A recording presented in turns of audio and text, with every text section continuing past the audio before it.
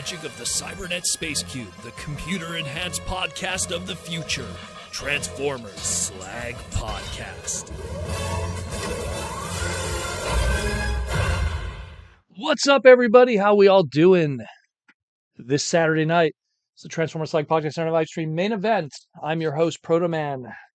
I am the face that runs this place. I'm the voice you hear Monday to Friday, and it is Saturday. I apologize for running a little late. I actually just came from a podcast party of another fellow podcast in Montreal. Shout out to Geektastic Cypher, a geek podcast that I've been on a few times in the past. It's run by a good friend of mine that I've known since grade school. So he was doing a party for his 400th episode, and they ran it in a barber shop and was giving free haircuts. So I got kind of an adjustment there for the lack of hair that I have. I want to give a shout out to Colors Montreal. There's their Instagram because they didn't have a business card. Colors Montreal doing the haircuts and everything. How do I scroll? There you go. So shout out to them. That's where the party was. They ran it in a barber shop. So we're going to talk Transformers today. We're going to cover the news. We got some stuff in the mail. And we have an exclusive reveal today of a new licensed Transformer product right here on the live stream tonight. Very cool one, too. Something that, even if you're not into the plush stuff, this is something that's going to probably be interesting to quite a few people, especially on the cosplay side of things. Stay tuned for that. So let's get into it. We got a lot to cover, a lot of stuff. I'm sure you guys have plenty of super chats and stuff you're going to want to give your 2 cents. We got some updates to the news. And let's just enjoy this evening together, shall we? So let's start first with Cyberworld. So we have Transformers Cyberworld. The past couple of days, Hasbro has been putting out these profile videos on their YouTube channel, specifically the official Transformers YouTube channel, and they put out the Alita 1 one. Now, Alita is going to be a Wave 2 product, and this is her boat mode, and we don't know much else except that the written bio that was on the video itself said that she's second in command of the Autobots, and that she has a no-nonsense personality, and that's about it, really. We'll see how much we could squeeze out of that from 5-minute episodes, and we will see what's happening. So not much really I could say about that one, aside from that the very first episode of Transformers Cyberworld will be debuting on July 12th, very, very soon. And let's just hope it's good. I have my reserves, only because it's like, it's very hard to tell a story in 5 minutes, but let's see how they do it. Shall we? Let's go to the manga side of things, and we have the Transformers Galaxy Force manga that for the longest time was kind of lost media in the Transformer world, especially its last couple chapters that never got officially published, are now going to be happening in full force. They're going to be doing an official release in August of 2025 through Fukan Publishing of the original Transformers Galaxy Force manga series. It's going to possess the original 9 chapters that were published publicly, the unpublished 3 chapters that were thought to be lost forever, and then the episode 0 chapter that was published for the original collection that they did many years ago that only had chapters 1 to 6. So the extremely rare chapters 7 to 9 are available. The unpublished chapters that were originally lost media. It's great. It's very cool. And it's going to cover the entire Galaxy Force story from start to finish in manga story. Amazing art and everything like that. Again, will be probably up for pre-order on Amazon and other websites very soon. Right now, Fukan's website only has it, but I'm pretty sure Amazon and some of the other Japanese bookstores will have it available too. For purchase, what's up, Aaron? Actually, I didn't give a what's up to all the people we got. We got Aaron, we got Ashnud, we got Bigum, we got YLAG, we got Septicon for Life, we got Lizard Sphere X. We got T-Formers 2002, Patrick Brown, Transformatics, Cringe McCringle. I hope I'm not missing out anybody. Joshua Navita. We got James Hopkins. We got, I don't want to miss anybody. Orlando Chavez, Will Murphy. Young is here too. What's up, Young? Everyone's popping in now. So yeah, so this is pretty hype. Pretty cool. The old Galaxy Force stuff coming back.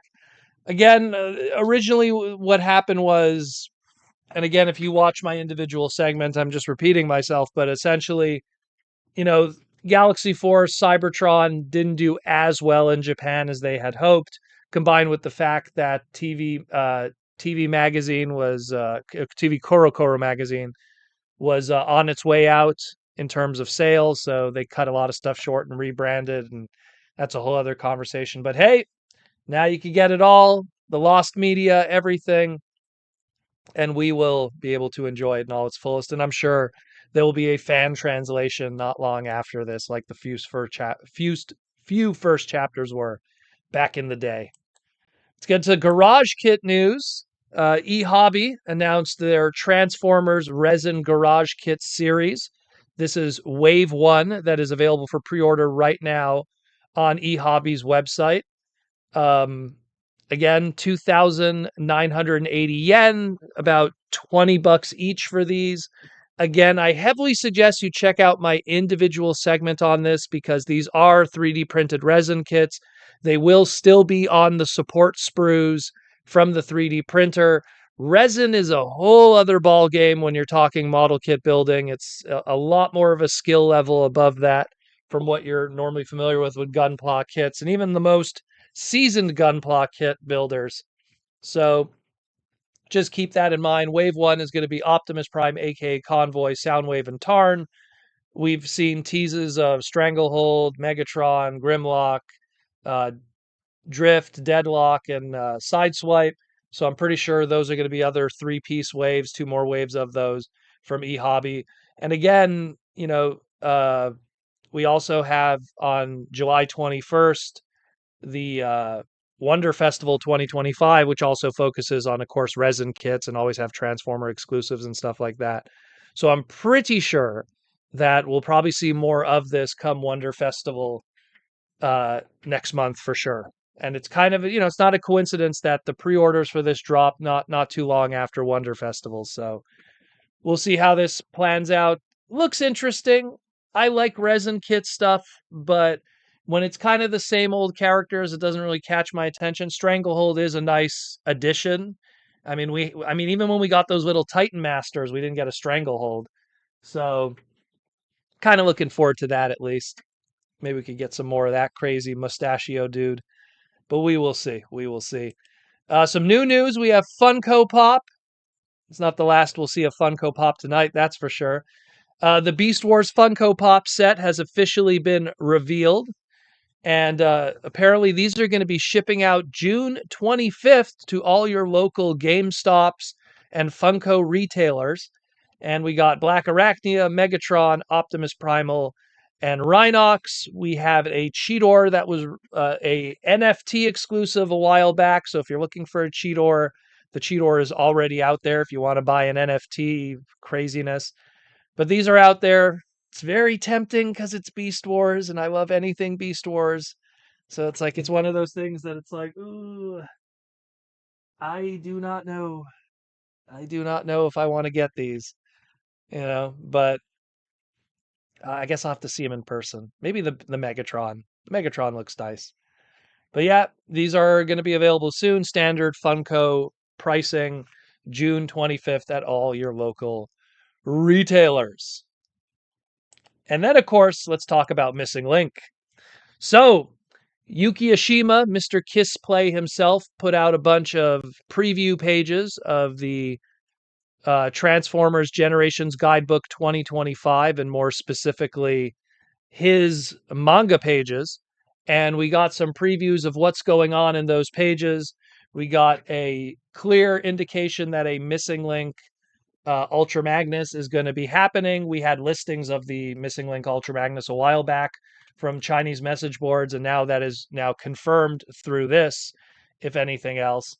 And yeah, I'm excited about that. They showed his little Diaclone jet booster mode that you don't really get to see. People don't really talk about that when they talk about G1 Ultra Magnus 1986. But the big takeaway also was there were some more pages that also showed a new character called Dia Stalker. Now, Dia Stalker is clearly a Ultra Magnus molded colored repaint of the well, actually, no, it was called Powered Buggy from Powered Convoy, shown on the top right there in its original red. Those original red colors were shared with the original Powered Convoy red forearms. So if those red forearms are now blue, like on Ultra Magnus, guess what color the buggy will be? So Dia Stalker here in the manga. Very interested in Missing Link RC over here. So expect a Missing Link version of this character too. Very interesting. I'm pretty sure we're going to get the Ultra Magnus color one like this, and then we'll of course get the Powered Commander. It's going to be Powered Convoy color afterwards, maybe even with some Diaclone drivers, much like we got with Missing Link Cordon. So very cool that Missing Link not only celebrates original Transformers, but also kind of brings in some of its Diaclone origins too, and gives us those extra pieces that we didn't have. So very, very cool. I dig it. I want to see more. And we do have more because we have teasers of a potential Missing Link Ironhide, Missing Link Ratchet, the previously Missing Link teased Grimlock, and a unnamed Decepticon. Ignore this silhouette. The silhouette that's used is obviously Starscream, but it could be any Decepticon. We don't know yet. So very interesting. I'm very curious how they're going to tackle both of the Ironhides and the Ratchets. Like, are they going to lean into screen accuracy? Or are they going to really play up the Diaclone driver sticker seat face and, battle platform? I'm really curious how they're going to go about that. Like, how are you going to missing link that one up, so to speak? The Grimlock, I could see just more show accurate coloring, like the visor and stuff like that, more articulation. But I'm really curious about the Ironhide and the Ratchet. What are they going to do to make it different? So we will see with that one, but very interesting. Let's talk about Hasbro Pulse. They announced that their next fan stream is going to be next week, Transformer Tuesday, June 24th at 11 a.m. Eastern Standard Time. And it's pretty clear, judging by the press release for it, it's going to be Nate and Evan that'll be talking about the latest Studio Series items. A lot of those items were already kind of shown on the Takara side of things. And the rest of them, of course, we saw through various leaks already, like the 86 Megatron, the Widowmaker, and of course, one half of our Constructicons and stuff like that. We got a super chat from Lizard Sphere X with the $5 super chat. Thank you, Lizard Sphere X. Just found out about a third convoy named Big Bang is an unused Return of Convoy story titled The Great Galactic Star Cluster. He's big. Well, you're referring to what would have been at the time Operation Combination, because Operation Combination at the time didn't really have a true Autobot and Decepticon leader. And it's something where there was the rumor that they were going to take what was Skyquake from the UK stuff and use that as Scratch, the Decepticon leader. And then there was a slide, because if anyone knows what those old UK figures that had the slides that like you could look into the little monocle and see these little things, you could see the Big Bang Convoy character, which looked very much like Star Convoy in a lot of ways. The similarities are quite similar, and I would not be surprised that if they would have released a figure, I get a feeling it would have been a localized version of Star Convoy, maybe with some new tooling, who knows? But of course, it was a different time back then, so if that's who you are referring to with that unique convoy. But thank you, Lizard Sphere X, for that and giving me a chance to flex my Transformer knowledge. What's up, Larry? But yeah, so again, this is going to be next week, June 24th, 11 a.m. We'll definitely cover it all. I'm hoping that they'll, obviously, we're not going to probably get too many, visual reveals that'll be any kind of new stuff to us. But I am curious what Evan and Nate have to say about, the Widowmaker, what's the story with that one? How did they come about going? I mean, I have my theories, obviously, if you check my individual segment, how it's a background character in the Last Night movie, and they used that alt mode mixed with it with an old concept. But I mean, I'm curious what they're going to say. Same thing with the 86 Megatron. You know, there's a lot of items we would like to have addressed and what's going on with the stories with stuff like that. So very cool. We'll check that in next week. So be sure to tune in Tuesday and we'll cover all that stuff. And that's it more or less for the news of the current news, but we do have a reveal. Uh, and I guess we'll kind of do it because it's connected to our sponsor with Symbiote Studios. So Symbiote Studios with the plush pins and the t-shirts. I'm wearing their Scream Catnip Bravo one, which you could pick up at San Diego and on their website when stock comes back in. And of course, they have their brand new Soundwave Superior. Let me grab good old Soundwave Superior here.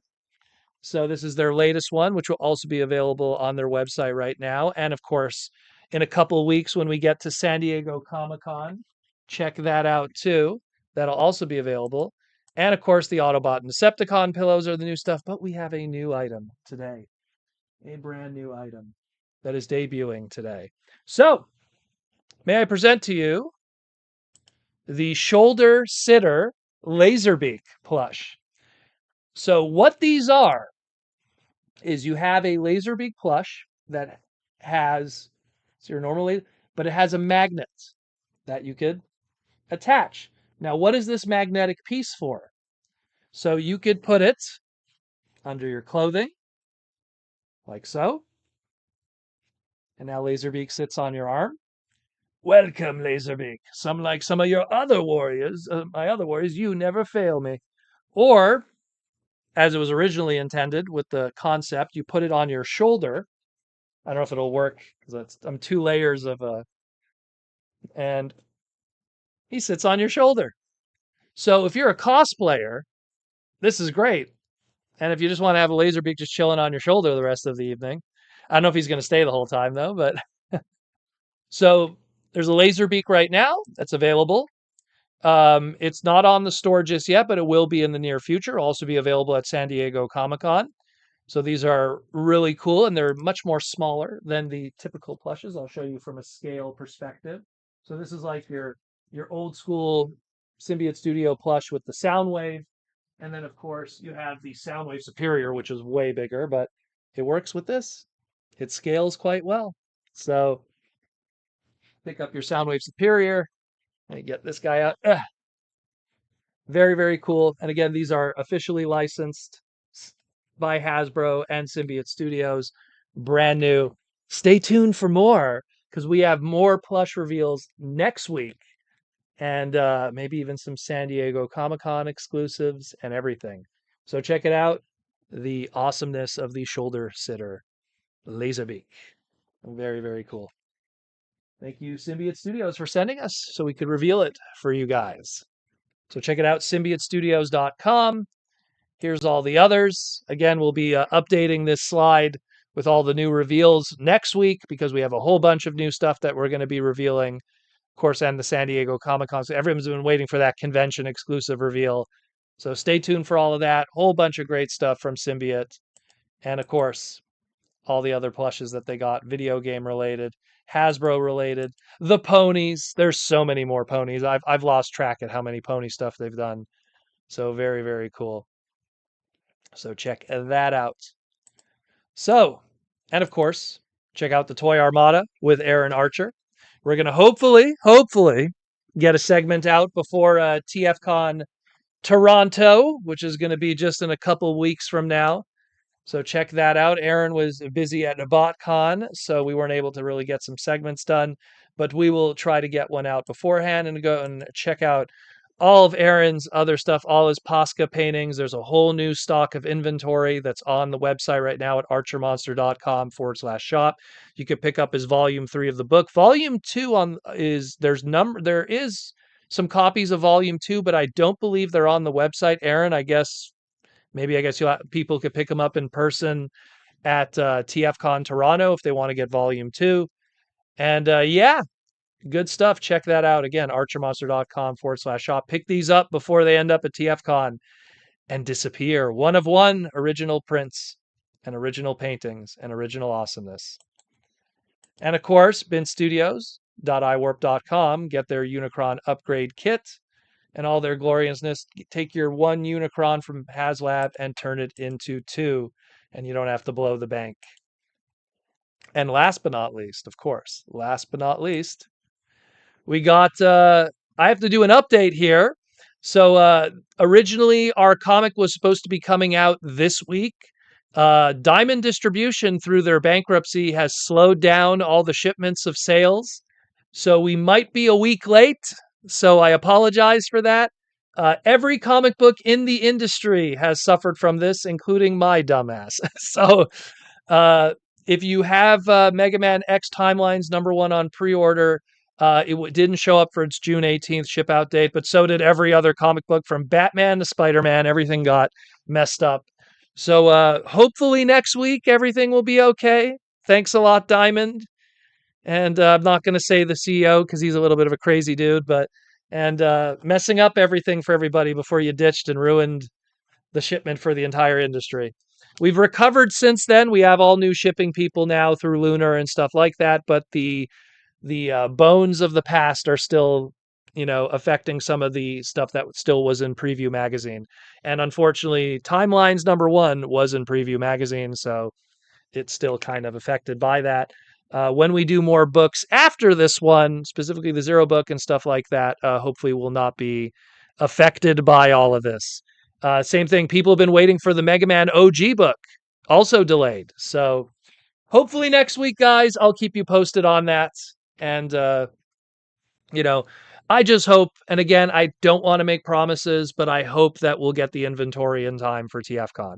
I'm really, really hoping. I don't want to make promises. It might be cutting it a little close.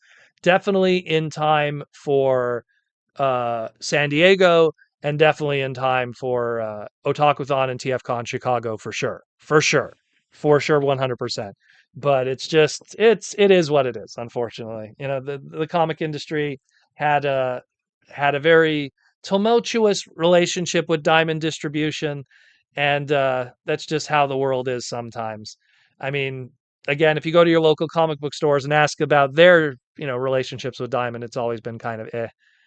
Uh, yeah, see, even cringe. Yeah, they see that's what I've been told too. And this is honestly, this is insider me who worked on the book going like, yeah, they're saying next week. So let's hope for next week. That's what I'm hoping for. I'm hoping for that. That's what I'm hoping for because everything got pushed back. And it's not just me. It's Batman, it's Spider-Man, it's X-Men, it's Ninja Turtles, it's every book got kind of boned, unfortunately. So we will see what happens, guys. So just wanted to give a little update on that too.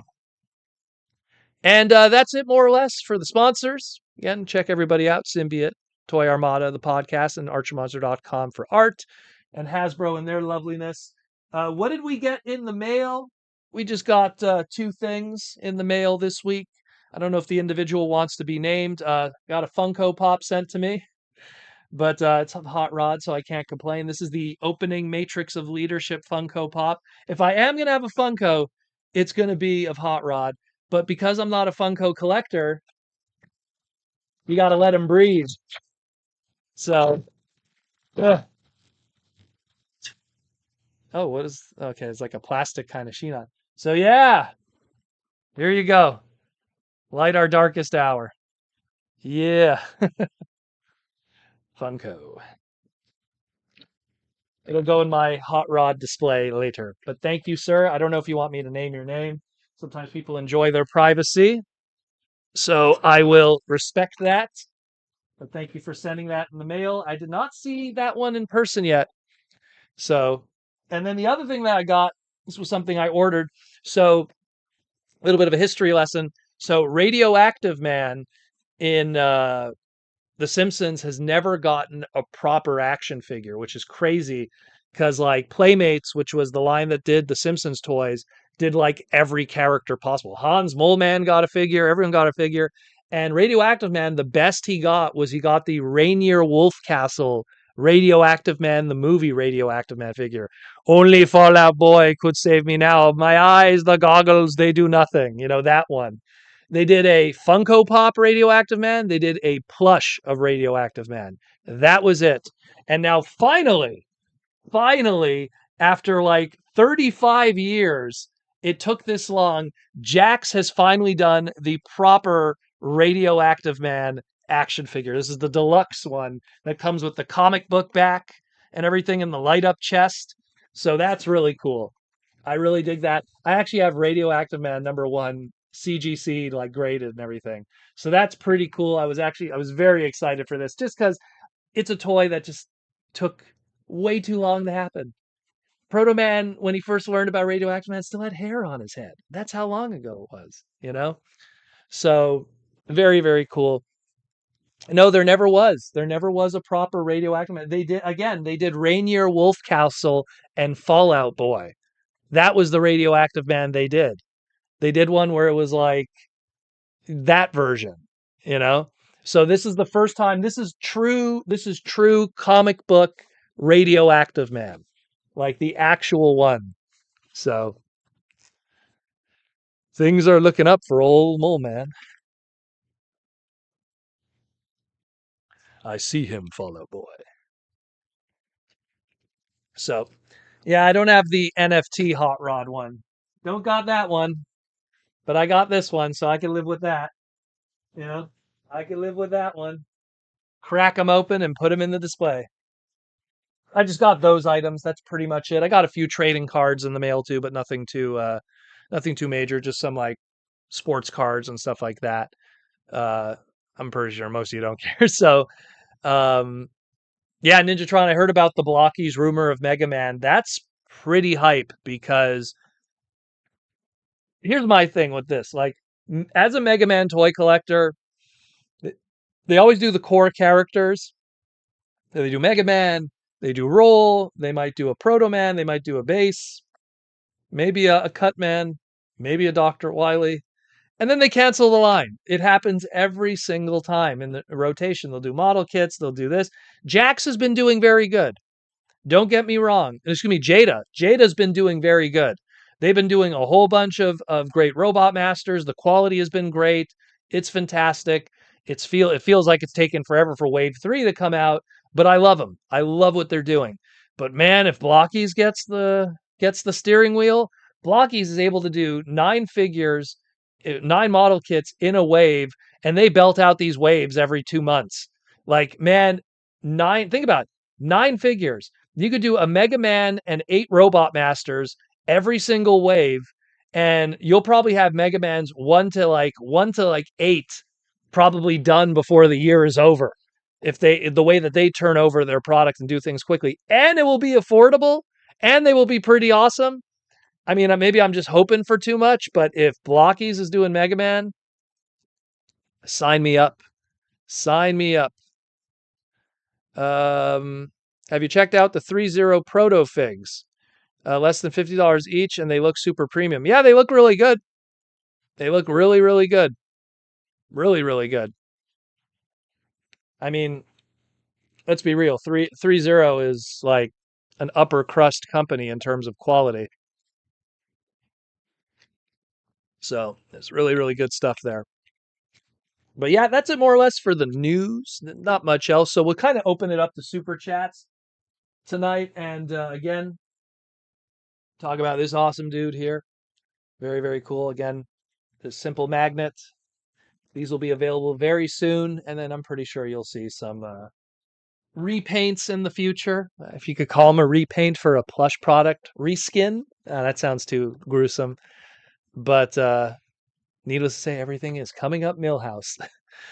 And I'm happy to meet Super Nintendo Chalmers. So yeah, just had a day today. Again, shout out to the Geektastic Sci-Fi podcast. We were just having a podcast party, which was really cool. Food, friends, and fun. Playing dominoes. You know, great stuff. Uh, will he stick to your mic stand? Actually, he can. That's a very good point. Yeah, it's true, eh?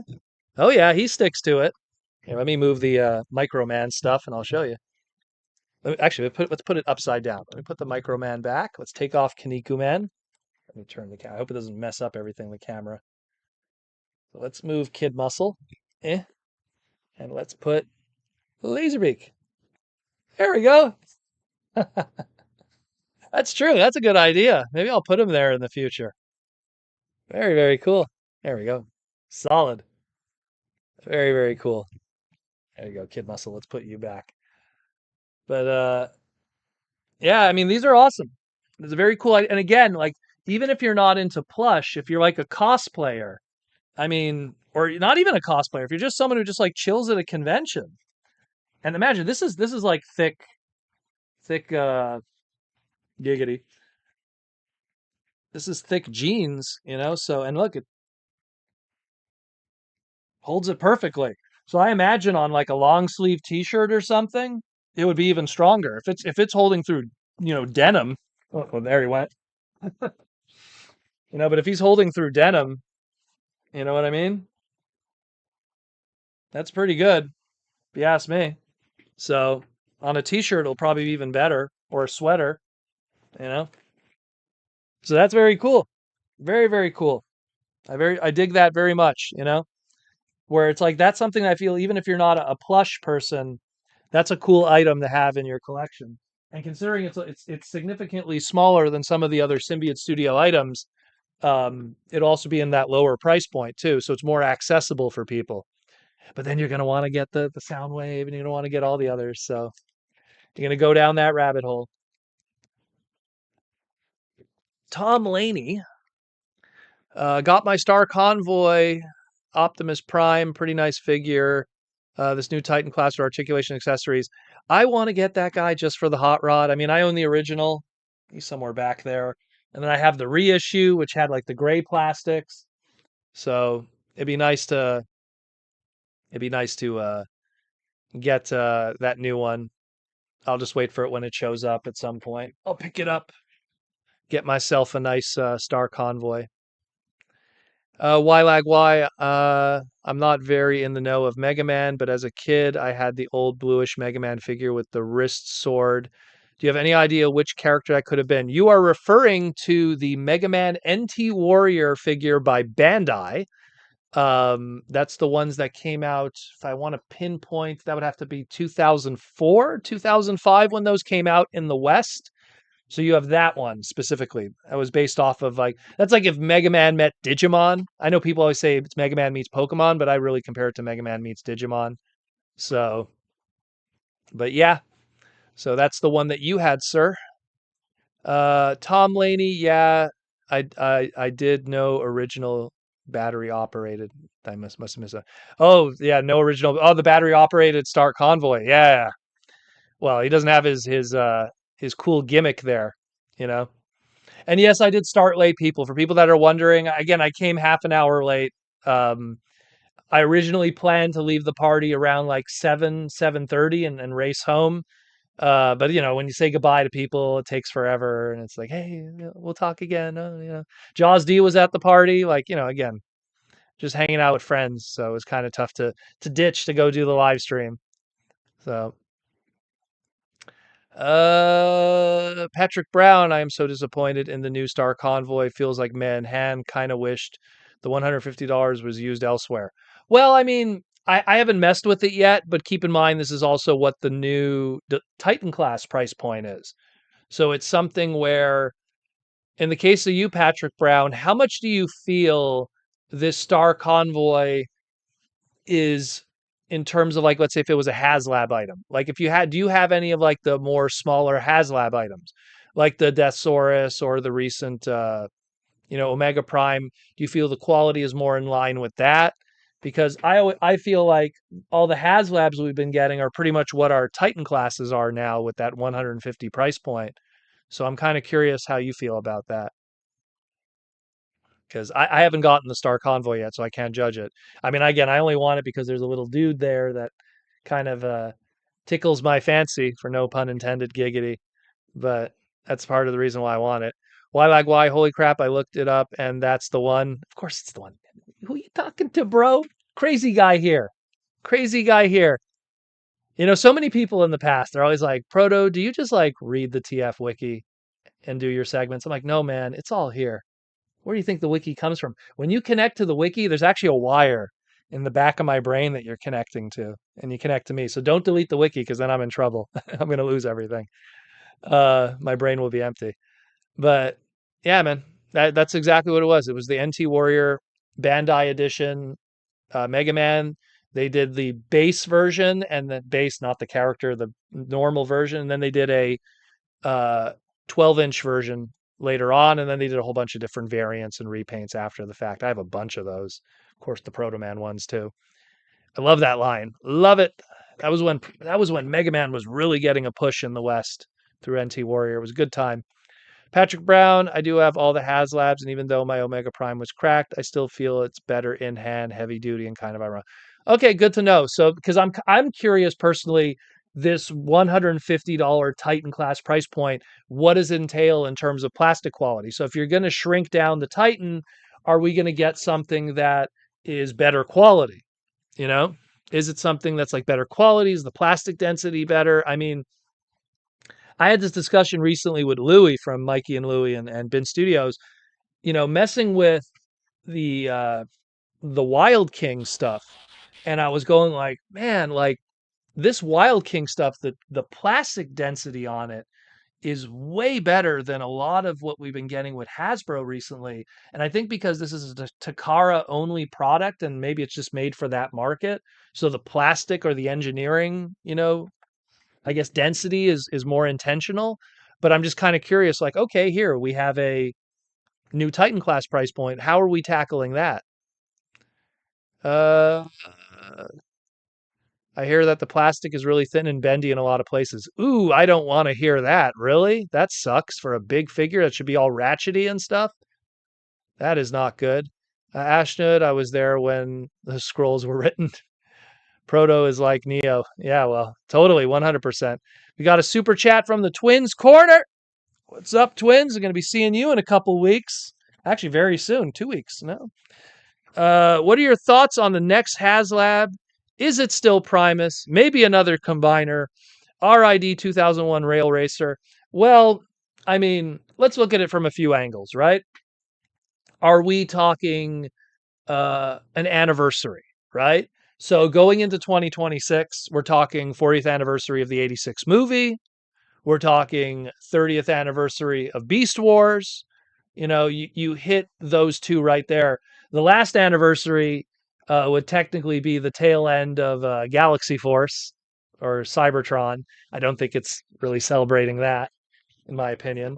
But you do have two really key Beast Transformer events there in that of the 86 movie and Beast Wars.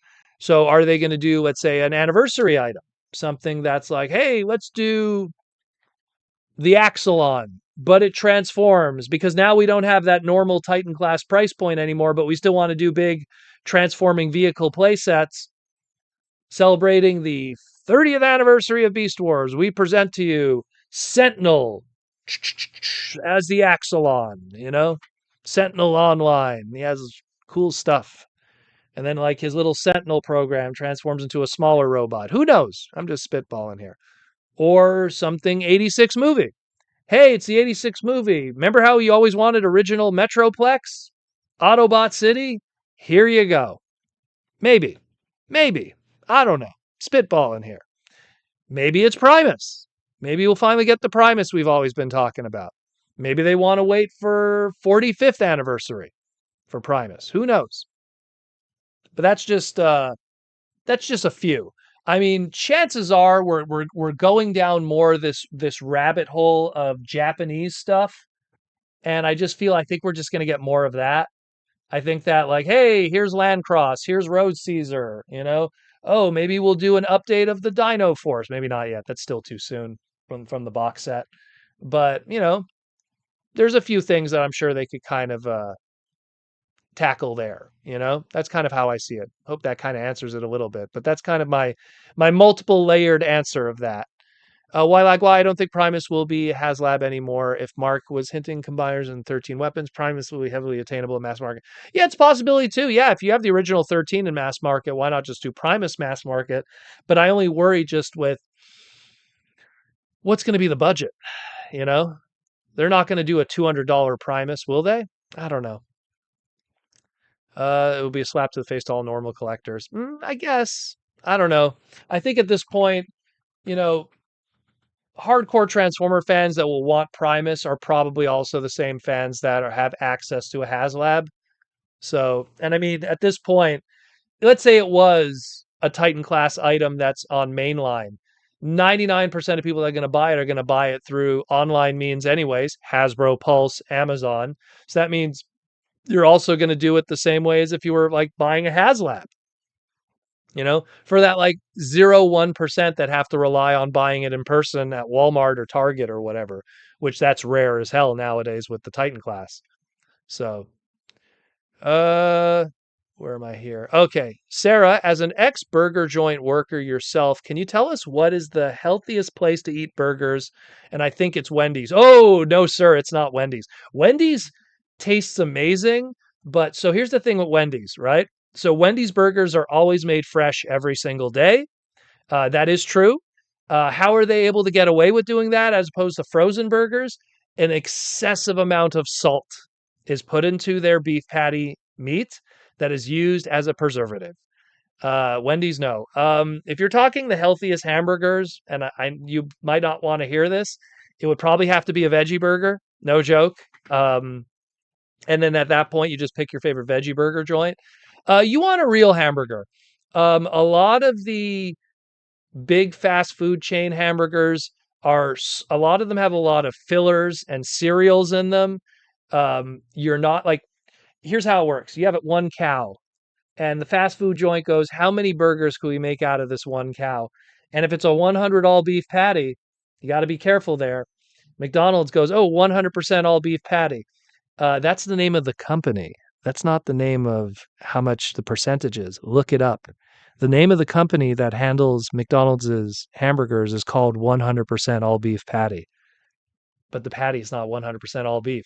Oh my God, blowing your mind there. This is what happens when you work in that industry for all those years.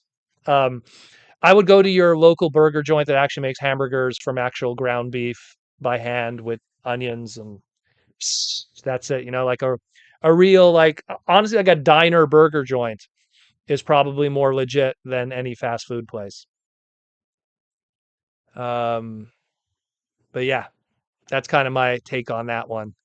Again, I think like a veggie burger would probably be healthier. They don't taste great; they taste kind of meh. But I mean, you'll probably be better off with that. Where we? I don't want to miss anything. Hope that answers that. I guess a $200 Primus should be possible. They did manage to do the old Cybertron one. Yeah, well, that was also the old Cybertron one was, as crazy as that sounds, 20 years ago during the Aaron Archer era. So I don't know if that could exist today. In-N-Out lettuce wrap burger, perhaps. In-N-Out is better because, again, it's made with ground beef. I don't know the preservatives on In-N-Out, unfortunately. I only know really the big fast food joints. No such thing as healthy burger, in my opinion.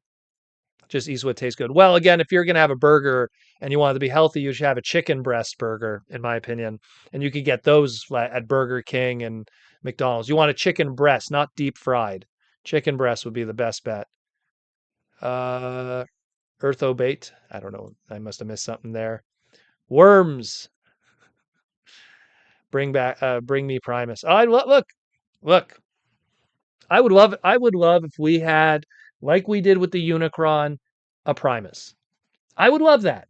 I would love that. And yeah, the only thing that's sad is Primus was how much? Excuse me, Unicron was what, $599?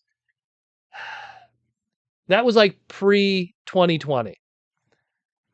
If they did the exact same, if they just took Unicron and reissued it again, it would be like $800 today. No joke. I know Hasbro. They would ask $800 for it. So that being said, if they did Primus like Unicron, he'd be $800. And then I'm going to be like, $800 Canadian? $800 American? Oh, it's $800 American. Ooh, that's a lot of money. So I don't know. It's a tough one. It's a tough one. Patrick Brown, since they opened some in Houston, I get my In-N-Out fix in the with a 2-hour drive now. Wow. 2 hours drive for some burgers, man, I just make it at home at that point. That's not too tough. Clark Clint Gaming. I think Evan hinted at Primus coming in the last live stream. You should have integration with all the Prime weapons. Well, I mean, that'd be kind of cool. I mean, people were suggesting, oh, it's going to be the well of the Allsparks. That's what I kept hearing, which judging by the weapons we have thus far, I do not see the well of the Allsparks there, but sure. Okay. So we'll see what's popping with that one. I can't, again, that one I don't know. That's something that would be a great reveal at San Diego Comic-Con. Have that, look, you're not going to have you're not going to have a HasLab item reveal at San Diego. Probably we'll see like something else, maybe like GI Joe or whatever, we'll get a HasLab reveal. But man, like that'd be crazy if they show off Primus at San Diego. They have the space for it, they have the press. That'd be cool. Why if third party do a Primus G1 like the Seed for 300, I fully expect Hasbro to be double the cost. Well, again, you can't compare third party and their prices to Hasbro. They function on two different planes. They're in two different countries where those products are manufactured. Third party is China. Hasbro is Vietnam.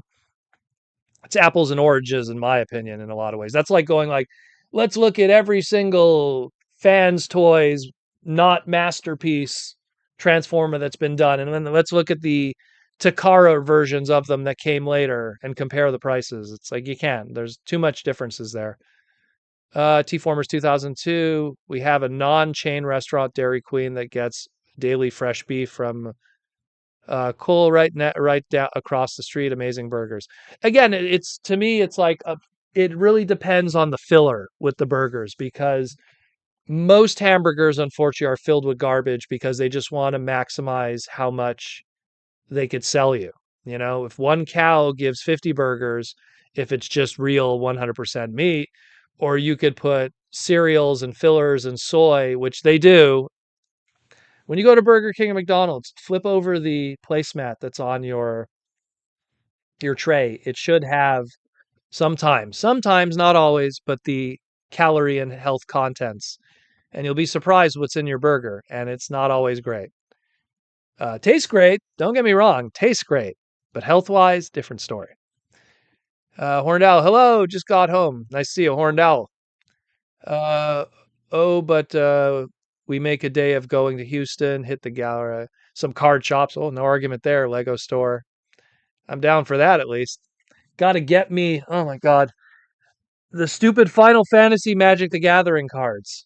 I'm just going to be buying singles, but right now the singles are stupid. Ugh. What am I going to have to pay to get a frickin' Tifa trading card? Good Lord, I want to make a commander deck.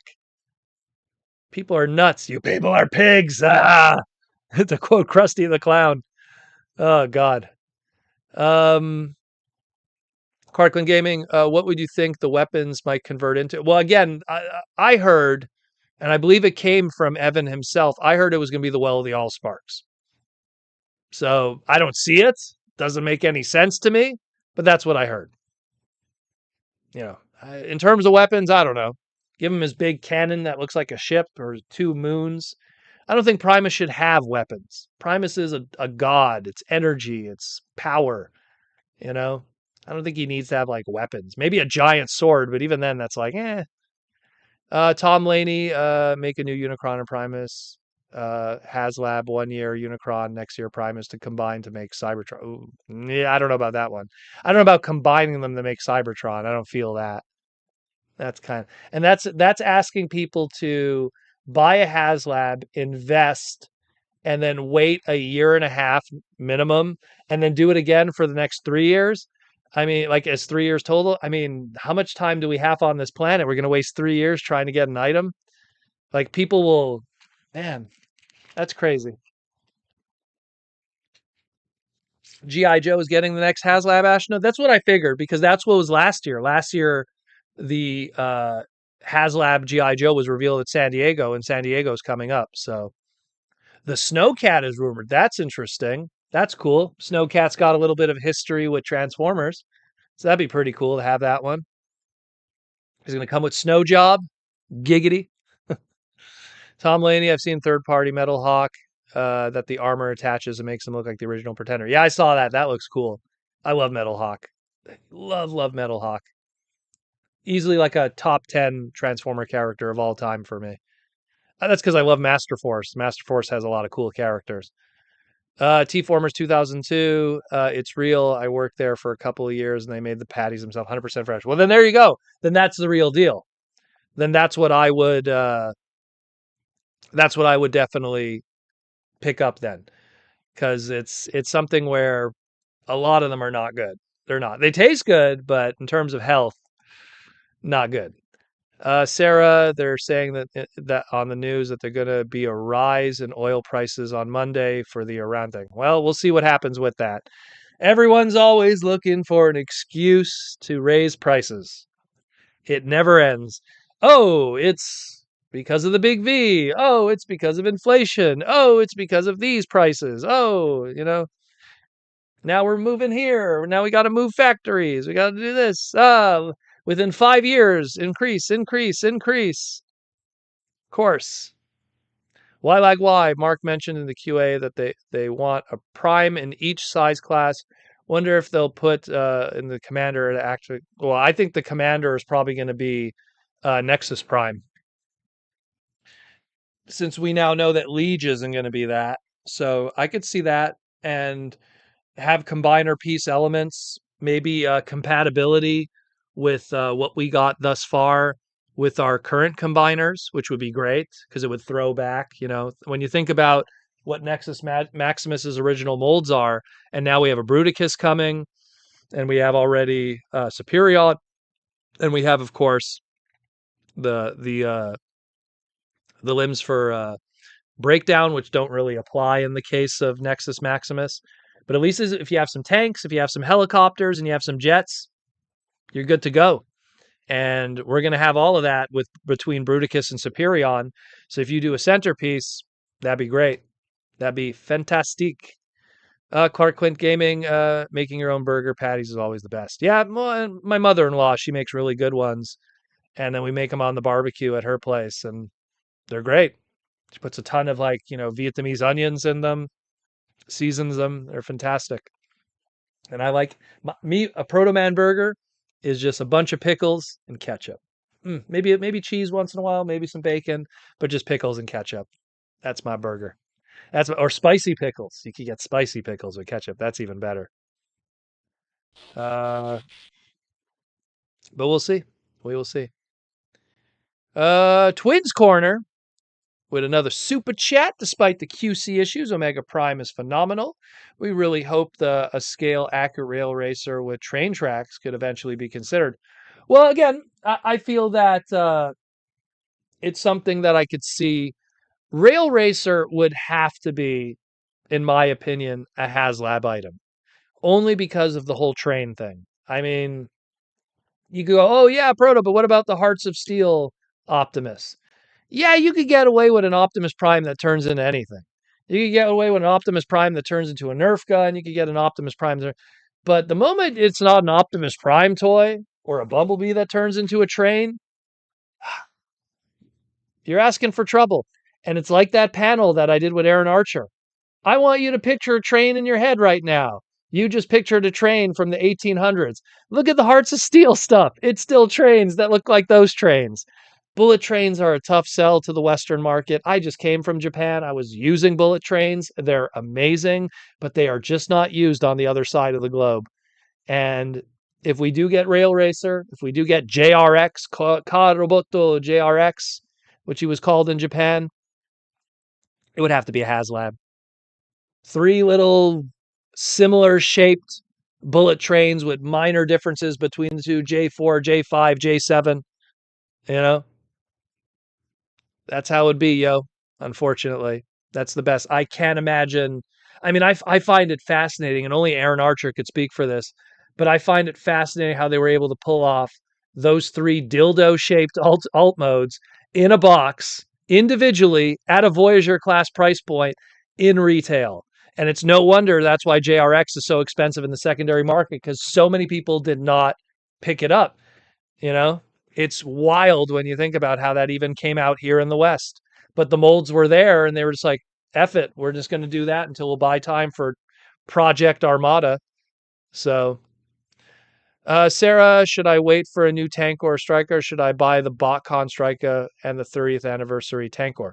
Well, that 30th Tankor is pretty sweet. Let's put it this way. That's a pretty awesome mold. The striker, I don't know. I like that striker, but I think it's a little undersized, personally. Like, I think if you do a striker, it should be a Voyager class, and you do a really good Obsidian that's a good deluxe class. The Tankor, it's really good, the one that we got for Thrilling 30, but at the same time, I'm looking at it right now, maybe he could be a little bigger too, a Voyager class. And I know both of those are going to get like updates at some point for sure. Both of those. Number one, Strike is a female character. They're always looking to find a wave to put a female character in. So Strike is bound to happen. And Tankor is a trademark they refresh and use every couple of years. So I know that they're kind of like hesitant with doing Beast Machines items because Beast Machines was a low year for Transformers in terms of sales, but I could still see it happening. It's a cool tank at the end of the day.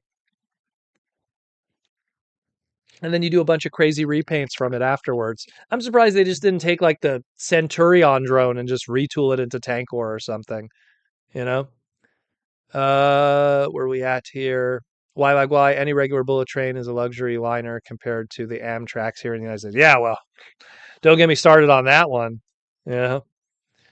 I got spoiled in Japan going on bullet trains and going across the country and then going like, man, if you had a bullet train that went from like, no joke, from like New York to LA, it could probably do it in 3 hours or maybe even 2 hours if it was a bullet train direct line. And yet here we are, like, same thing with Canada. Why don't we have like a Montreal to Vancouver bullet train? But nope, nope, nope, nope, nope, nope, nope.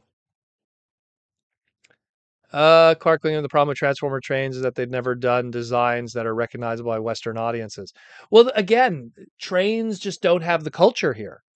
Again, I did a panel with Aaron. It's on his channel, on Toy Armada channel, where we did a panel together at TFCon. And I asked the audience, I want you all right now to close your eyes and picture a train in your head. And everyone would have pictured like a steam engine from like that era because that's what we've been fed all those years. Yeah, the CN rail diesel trains and stuff like that exist too, but they're just not as, those are the things that we see, moving cargo in the middle of the night. If you live near a train tracks, I lived near train tracks growing up, so I saw those trains all the time. We used to put a penny on the rail, they would flatten the pennies and then we'd come and get them. I don't know if that would derail the train track. I always heard that, but we used to do that as kids. So Sarah, why we never got a series where they transform into real day-to-day vehicles? I want a school bus transformer. I need a school bus transformer. Well, a bus transformer in general is pretty rare to begin with. I mean, we're waiting for transit. Look, if we get transit and transit happens, then maybe you'll get your retool into a bus transformer. Kind of like how we had Strong Arm, the Minicon. There was a Minicon named Strong Arm that was a police car, and then they repainted it into Overcharged, the taxi car. And I love that little Minicon. So I could totally see something like that happening, maybe. Uh, Still waiting on that Botanica. Oh, you and me both. Botanica. If we get that uh, original 13 Quintus Prime, we'll get a Botanica out of that. I could see that being done. Will it be good? I don't know, but I could see that. Clark Clint Gaming Pro, I've heard you and Aaron say before, but with all due respect, that's just not true. Trains are a huge part of American culture. Yes and no, not from the toy world. They've made toy stuff, and if it's not Thomas the Tank Engine, it doesn't sell. Again, there's a look. I love trains. I loved Via Rail growing up. That was a big part of it. I love Thomas the Tank Engine. I mean, literally, I could just reach over right now. Oh, there goes Laserbeak and grab Gordon. Giggity. You know, let's go grab Gordon over here. You know, like, but it's something that, and it's funny too because I even have right here.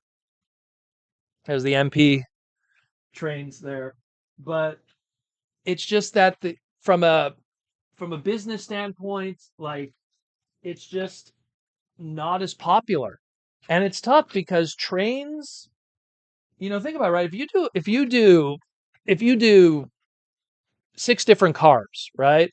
Like a Stunticons or something like, well, like it would be four cars technically. But cars have different silhouettes. A Lamborghini is, sharp edges, but then like a Volkswagen is more round. And then when you look at something like, let's say, even like, let's go like a DeLorean is extremely boxy, you know? You have these different silhouettes, but with trains, they're all these long items. And I can only imagine, and you look through the history of Transformers that had trains and stuff like that, not triple changers, that's a whole other animal. And even looking at GoBots, they have, you're limited to transformations and how you parse it out and everything. I mean, you look at even what they did with Raiden. So trust me, the discussions have happened, but the success is not there. If it's not Thomas the Tank Engine, once again, 1800s trains, old train designs, and that equity and history of Thomas the Tank Engine as a brand, it's a lot tougher. It's a lot tougher. Trust me, I love trains. I had a train set as a kid, the whole 9 yards. I wanted to be a train conductor kind of when I was a kid. I thought they were cool as hell. Because again, we had a train track behind our house. We lived in a rough neighborhood, let's put it that way. But it's just not there. Like the business side of it says otherwise. And it's like, oh, but baseball is the national sport of America. That's great. It probably makes the least money out of the four sports. So it's that the business side always is going to rear its head, unfortunately. Trains used to be iconic in the States, but now not with modern generations. Trains helped build the whole country. Of course they did. You can't deny the history of it. You can't deny the history of trains, how important it is, especially from transportation. Think about it. Prior to the automobile, prior to planes, how did you get from one side of the country to the other? It was train or nothing, you know? So you can't deny any of that, of course, but Aaron Archer's quote that I love that he said that toys are fashion and fashion changes quickly. So something could be the most important thing to American history and boom, now no one cares. Look at Labubu. Everyone's killing themselves over Labubus right now. Things change. Clark Clint Gaming, the issue of choosing trains are that not popular Western culture. Well, I would like everyone in this chat right now to list their favorite train design. And I want you to be honest if you even could name one. And I want to see it flood in here right now because I guarantee you there's not going to be many people saying anything. Why lag? Oh, he's answering someone. That's a fair point. Well, again, it's just something that the discussions have come up a lot. The train from Harry Potter, the Soul Train. It should be the Soul Plane, Ninjatron. Soul Plane. Yeah, bullets. There you go. You just mentioned the Japanese one. The Hype Train. There you go. See, that's the problem. Look, everyone's memeing it. So if everyone's memeing it, coal-fired trains. There you go. The little engine that could. If everyone's memeing it, congratulations. You just cost Hasbro thousands of dollars hoping to do more train stuff. That's the problem. And I'm really curious of the sales numbers on Raiden in their own native soil. I'm really curious. Super Trade Megazord, Thomas the Tank Engine, Casey Jr. See, that's what I'm talking about. Everyone's just going to fiction here. The train from that one Simpsons episode. Oh, you mean the monorail? Monorail. Written by Conan O'Brien, that episode. See, everyone's just going to fiction. You can't use any of that. Running a train. Tom Laney knows what's up. That's what I'm saying. I'm not talking out of my butt here. Will Murphy, CN train we have here in Ontario. Well, yeah, I mean, it's the Via Rail. The Via Rail was the most common one that I'd always see as a kid. I have the old Via Rail paper train, like paper craft sets. They're upstairs. I love those things. Okay, what do we got here? Jason with the $5 super chat. How you doing, Jason? Seeing how blockies are making Devastator, you think we might get an Omega Supreme? Well, I mean, the Devastator was obviously a build a thing with a cell phone app thing, like the Blockies app that's available only in China. I imagine, and this is just a guess, they're using that as a way to garner interest because why do you get the app? When you download the app on a Chinese phone, obviously there's a lot of data mining material there. So if that was profitable for Blocky to use for their app and everything, then they'll do it again. And maybe they'll use another combiner team or a character or something. Could be Omega Supreme. That'd be cool.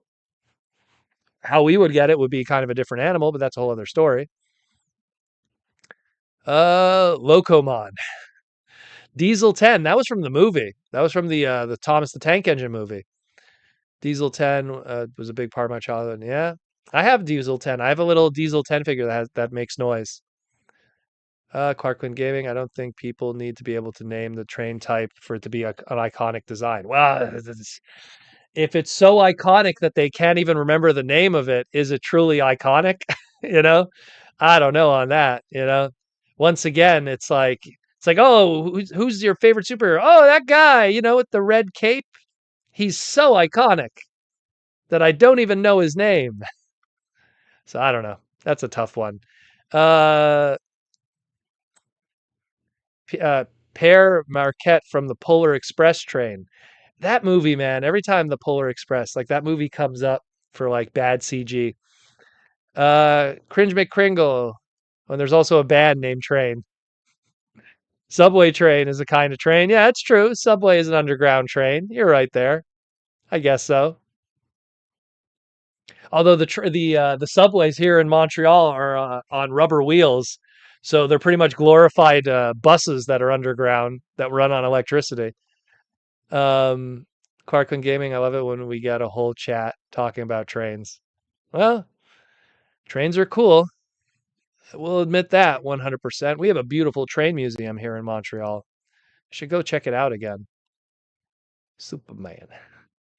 Cringe McCringle, I can name thousands of cars before I can name a train. Yeah, well, that's because we're car guys. But I'm saying, like, I'm pretty sure most people could look at a Honda and be able to guess a Honda before most trains. Even people who aren't car people, they could recognize the Honda emblem. They know that kind of stuff. Kal-El.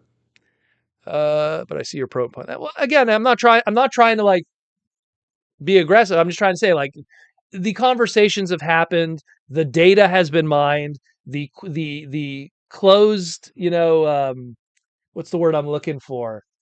Uh Customer reviews have been done and it's just never found its place. Like the last big push, I remember oh, you can't even see it, but the old they did the old Micro Master combiner teams through Universe and they reissued them through KB Toys, and you had a whole bunch of different train designs because of that. You had like, and they used like, and it was just pretty much at the end of the day, it was just to save trademarks. So there was a train called Tankor, there was a train called Air Razor, you know, silliness.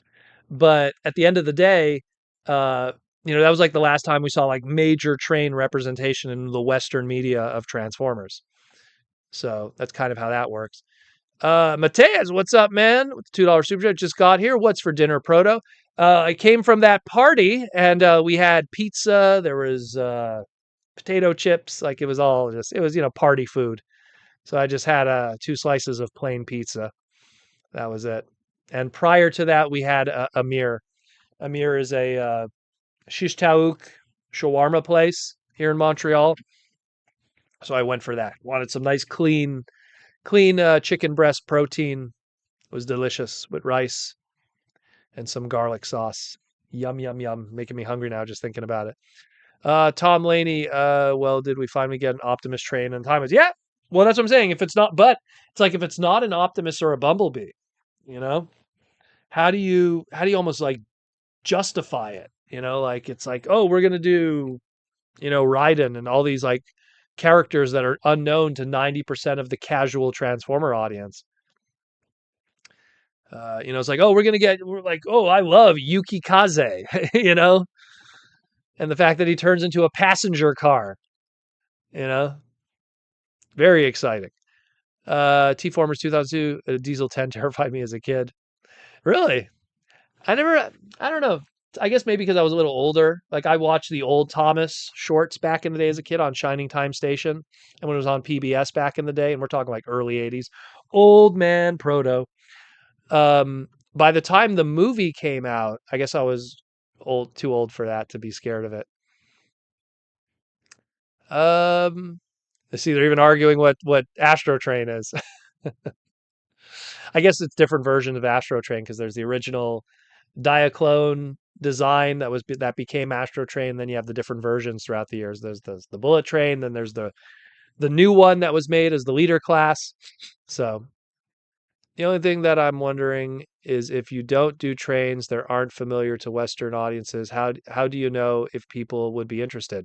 Because they look at other toy companies that do trains and don't find success in it. That's the thing. Toy companies are always paying attention to what other toy companies are doing. And if you exist in a world where no one cares about Thomas the Tank Engine, or if other toy companies do train stuff and there is no interest, it's like, ooh, I don't know. I do not know. David Cabal, did you see the new Cops figures on Big Bad Toy Store? No, I did not. What do you mean, new Cops figures?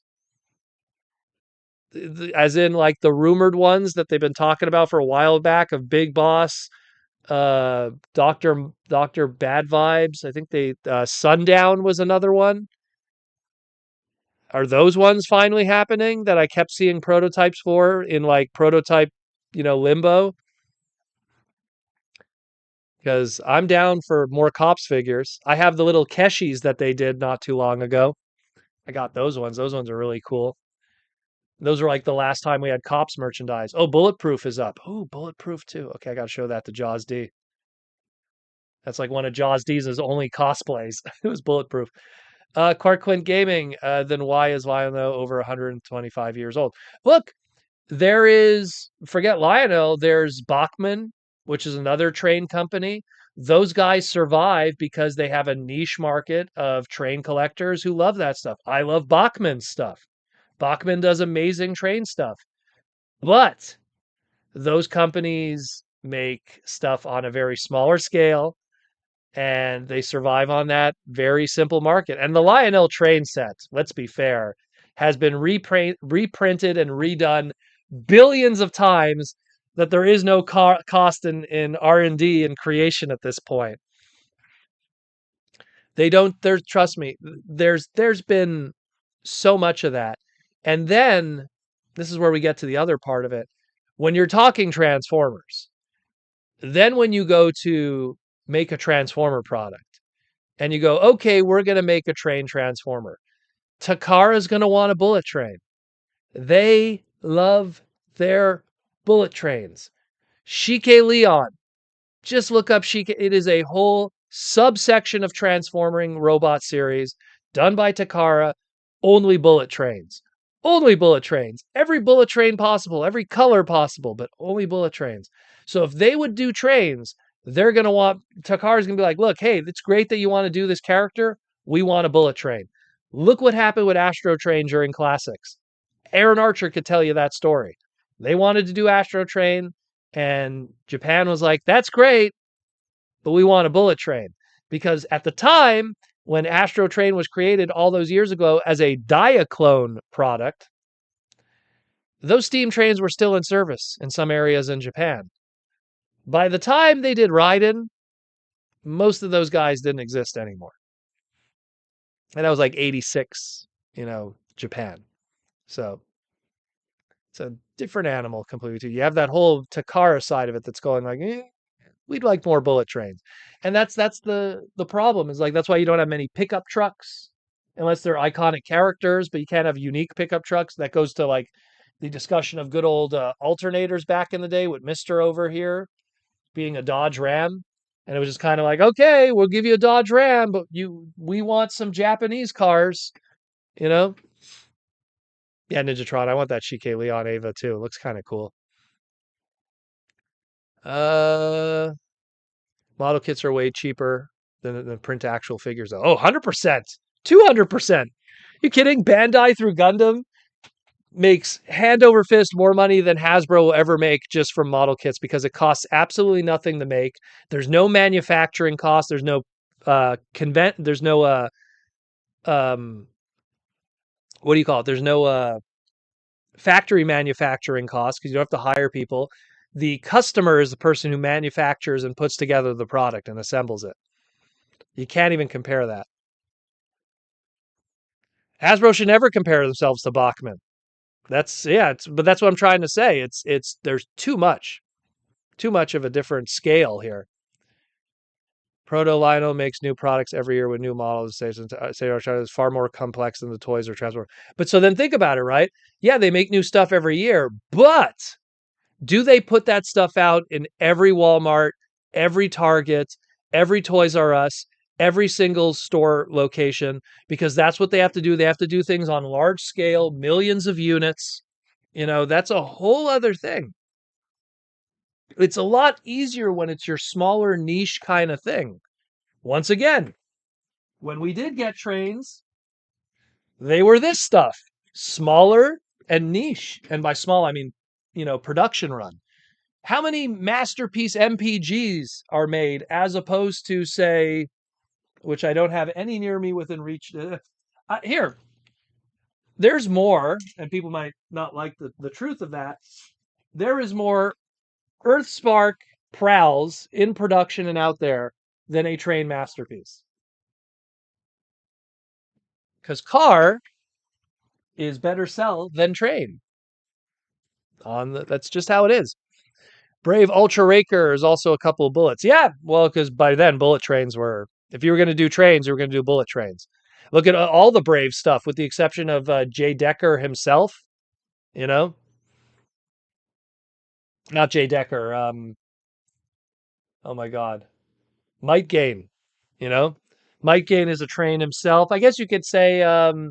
And they're not. They're more fantastical trains, but you could say also like Web Divers with Gladion. He's a train. Um, Cringe McCringle, Proto, what are some characters you'd like to see as alternator toys, not including Jazz or Bumblebee? Good question. Good question.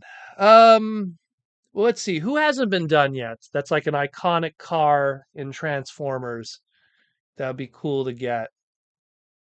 So let's go to like Trailbreaker and Trail, he never got a proper one. Repaint that Dodge Ram, maybe give it some new stuff going on there. Blur, Cup, those guys as alternators would have been cool. What cars would they be though? Like Blur, because we got to modernize them, so we got to give them something that's like a really cool, maybe like I don't know. Blur's got to have something like an Aston Martin or something like very weird kind of thing.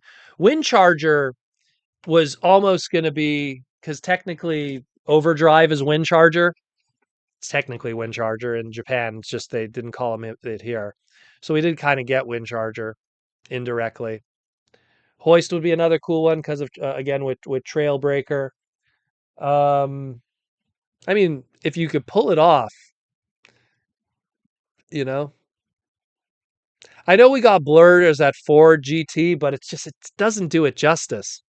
Like that was a weird one, and it was Mirage. It was Mirage that was the Ford GT.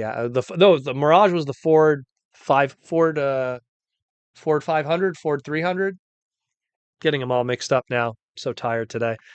Cliff Jumper, yeah, but Cliff Jumper obviously it's kind of like Bumblebee. It's like, could we do a stout Porsche? Brawn would be awesome. Again, and then it falls into like, what do you do with like Inferno?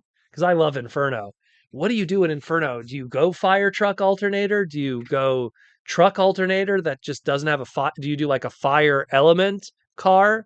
Kind of like, Universe 1.0 Inferno, you know? Yeah, Mirage and Hot Rod was 4 GTs. I'm looking at them now. Totally mixed everything up there. But yeah, but Blur, I don't know. Blur, it's like you need like a nice wacky one there. It's kind of like you look at Alternity. Remember that one where they kind of like it was kind of like a pseudo sequel, you know? Because I'm looking at like the Optimus there, and they did the Star Screams that were all those weird ass, the Hachuroku Rookies or whatever they were called there, those crazy Japanese cars, supercars. Stunticons would be awesome. And a lot of those could be done. A lot of the Stunticons could be done proper, for sure. Sarah, I don't buy Jurassic Park figures because I have dinosaur Transformers. I bought a Godzilla figure because of the horrible collaboration monstrosity. I honestly, that Jurassic Park, the Godzilla one, if you didn't tell me it was Godzilla, I wouldn't even know. Like, I think they should have done a better new head sculpt on there, but I think they just didn't want to do it. Paul with the $5 super chat. What are your thoughts on General Motors renewing the Pontiac trademark? What TF would be good to have a Pontiac alt mode? Oh, quite a few. There's a lot of American vehicles that you could kind of dip into that. I mean, like Pontiac, like going back to like the Sunfire, right? That's an old school one from the 90s. But, like you look at the Sunfire, and that is so a mold that you could put like a swerve on. You know what I mean? Like you could just do swerve as a Pontiac Sunfire, or you could use like some of like the more smaller stout cars if you want to do something. A wind charger if you can't use stuff, but obviously wind charger could be done proper. But like that's an easy one in a lot of ways. Pontiac has a lot of history with muscle cars and stuff like that, where if you want to squeeze a character into it, you can. I mean, at the end of the day, all Transformers do have built-in kind of Transformer alt mode cars that you could do. Even some of the more fantastical ones, like a Hot Rod, the Dome Zero for Hot Rod, for example, you know, is a good example of that. Do a smart car transformer. Ooh, I don't know about that. I don't know about that one because you think about smart transformers like okay, if you do Perceptor as a smart car, then it doesn't have that built-in DNA of what his other alt mode is. Because, like, if you do like Wheeljack, who's supposed to be smart, well, but then what about the Lancia and its history? But Perceptor, at least he wouldn't be losing anything. Perceptor as a Tesla. Ooh, I don't know about that. Maybe. Maybe. Teslas don't have. I mean, and I'm not talking the Tesla truck. I find the Tesla cars, they don't have a unique, I guess, like signature in terms of their style that would scream Tesla, you know? You look at a Tesla car without its emblems on it, and you wouldn't guess it's a Tesla. You just think, oh, what is that? Is that a modern Honda Civic? You know, that's my take at least. Hot Shot as a Subaru. Ooh, I don't know about that one either. Hot Shot as a Subaru. Hot Shot is an Audi TT. So I think Hot Shot should be an Audi TT. That was the original plan from Aaron Archer's side of things. So I'm going to go with Aaron's original choices. Cybertruck Brawn, that I could see. I could see Cybertruck Brawn. Brawn's pretty tough. Supposedly Cybertrucks are tough, so that'd be cool. Um, where are we at here? I'm losing everything. Maybe a Drift. Drift, in my opinion, Drift should always be a Hachiroku AE86 Corolla Turano. There's the only one car that should have that Drift name attached to. And it's not even because I'm not even that big a fan of Drift. I just love that car, and I think Drift makes sense for it. Ratbat Sentinel Shockwave as a Tesla. Shockwave as a Tesla. I guess if it has the Tesla coil and it's Shockwave's hand as a Tesla coil, I could see that. That'd be kind of cool. Cringe McCringle, I think it would be cool if we get a toy line where characters are made into modern alt mode cars. Oh, but then the licensing nightmare, cringe. Oh, it'd be cool to get an Alternators 2.0. As a car guy, I would love it, but I don't know how much of a headache it would be in 2025. I don't know how much of a headache it was back then for Hasbro, but I think they were doing a lot of reissues at the same time. So they were kind of like double dipping on product anyways. It was like, hey, we're doing reissues of tracks, so we got to get these car licenses for Corvettes. But since we're already doing that, might as well just do an alternator Corvette, you know? Kind of works out. The Japanese car companies are a little more lenient. They're more willing to surrender their likenesses. But the American car companies are a little more of a fight. And unfortunately, some Transformer characters have European or American origins in their DNA of their alt modes. So that's where it gets a little more dicey. Stunticons get some cons in the line. The old Black Dead and his lonely. That one wasn't even supposed to happen. That was just more just, oh, we're going to do Sunstreaker. Ooh, you know what? We haven't done any Decepticons. Maybe we'll use that Sunstreaker as dead end first. And that's kind of how that happened, unfortunately. We did a great segment on the Toy Armada about alternators. Go check that out. Talk about the whole history on how that happened. Go check that one out. Me and Aaron talking about the entire history of it. I think it's a good hour-long segment, that one. So if you want to have a good long form.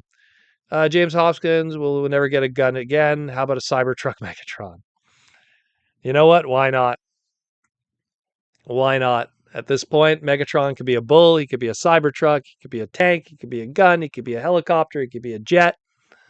He could be everything. Twins Corner with the super chat on your thoughts of HasLab potentials.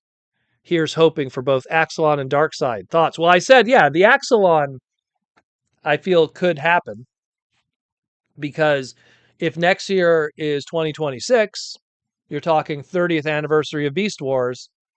Yeah, of course. Axelon could totally happen. That, Hasbro likes anniversaries. They like those round numbers. Whenever those numbers come around, they start considering little things here and there. Maybe we should do this. Maybe we should do that. So they like that stuff now. Sarah, the other day I passed next to a shining garbage container in the streets, and I told my Uber driver, "What a shining garbage container!" And the driver told me, "That's a Cybertruck, sir." Well, I guess you don't like Cybertrucks. I've yet to drive in one. I've yet to work on one. I do not know if they are any good, so I can't speak of them. I will not take the opinions of other people, especially when it comes to the car industry, of if a vehicle is good or not. Now, are they ugly? I don't know. I always look at Cybertrucks at, for years and years, whenever we had concept cars, they always looked like Cybertrucks. They always had that angular stealth bomber kind of look to them. And always when the final product comes out for the mass market, it never looks like the concept car, kind of thing. So it's nice to see a car that kind of looks like all those concept cars have looked for 30 years.